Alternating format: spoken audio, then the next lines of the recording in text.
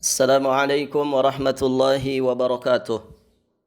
Alhamdulillahi wa kafa wa salamun ala ibadihi alladhina istafa. Amma ba'd. Ma'asyiral muslimin wal muslimat rahimani wa rahimakumullah. Alhamdulillah, kita bersyukur kepada Allah Subhanahu wa taala. Saat ini kita berada di tanggal 4 dari bulan Syawal 1441 Hijriyah. Taqabbalallahu minna wa minkum salihal a'mal. Semoga Allah Subhanahu wa taala menerima amal kita semuanya. Thayyib. Sebagaimana yang direncanakan, insyaallah taala pada kesempatan ini dan juga beberapa kesempatan berikutnya kita akan membahas satu pembahasan asbabun najat minasyahawat, fawaidun hamah min qissati Yusuf alaihi salam. Kita akan membahas tentang kiat selamat dari jeratan syahwat. Kita ambil dari mutiara faidah kisah Nabiullah Yusuf alaihi salam. Sebelum kita masuk ke pembahasan inti dari pembahasan ini, kami akan memberikan muqaddimah terlebih dahulu sekitar 2 rekaman insyaallah taala. Ma'asyiral muslimin, ikhwati fid din wa akhwat fillah, di antara perkara yang harus dipahami tentang dunia, ad-dunya darul mihan wal fitan wal bala. Dunia itu adalah negeri yang penuh dengan ujian dan juga cobaan. Ujian dan cobaan hidup itu banyak sekali. Ujian yang menimpa diri kita pribadi, ujian yang menimpa fisik, ujian yang menimpa batin, ujian yang berkaitan dengan rumah tangga, dengan keluarga, ujian yang berkaitan dengan kehormatan, berkaitan dengan kehidupan sosial kemasyarakatan. Ujian juga bisa berkaitan dengan alam sekitar kita. Jadi banyak sekali jenis-jenis ujian itu. Kalau disimpulkan, maka ujian dan cobaan di dunia itu kata para ulama ada 3. Yang pertama, ujian kelapangan, ujian kebaikan, ujian berupa kenikmatan atau segala sesuatu yang serba enak dalam hidup ini. Yang kedua, ujian keburukan, ujian kesempitan, atau segala sesuatu yang serba tidak enak dalam hidup ini.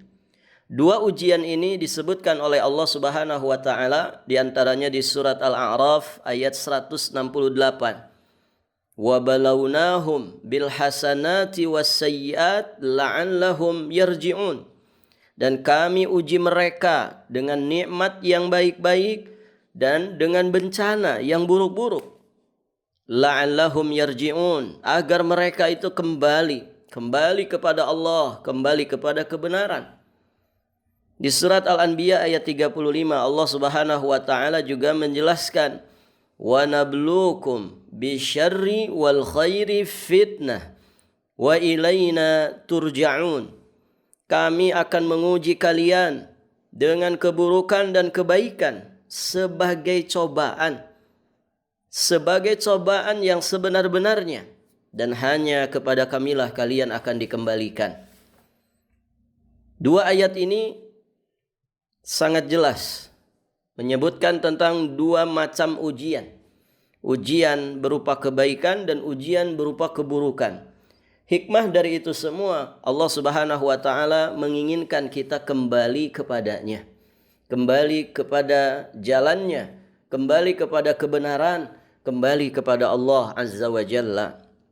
Kemudian yang ketiga, ujian berupa perintah dan larangan. Allah menguji kita dengan perintah, Allah menguji kita juga dengan larangan. Allah Subhanahu wa taala berfirman di surat Al-Mulk ayat yang kedua, Alladzi khalaqal mauta wal hayata liyabluwakum ayyukum ahsanu amala. Allah yang telah menciptakan kematian dan kehidupan. Untuk apa? Liyabluwakum ayyukum ahsanu amala. Untuk menguji kalian, siapa di antara kalian yang paling ahsan amalnya. Al-Imam Abu Muhammad Al-Husain bin Mas'ud Al-Farra Al-Baghawi Asy-Syafi'i, yang dikenal dengan Al-Imam Al-Baghawi, beliau menyebutkan tentang ayat ini di dalam kitabnya Ma'alimut Tanzil.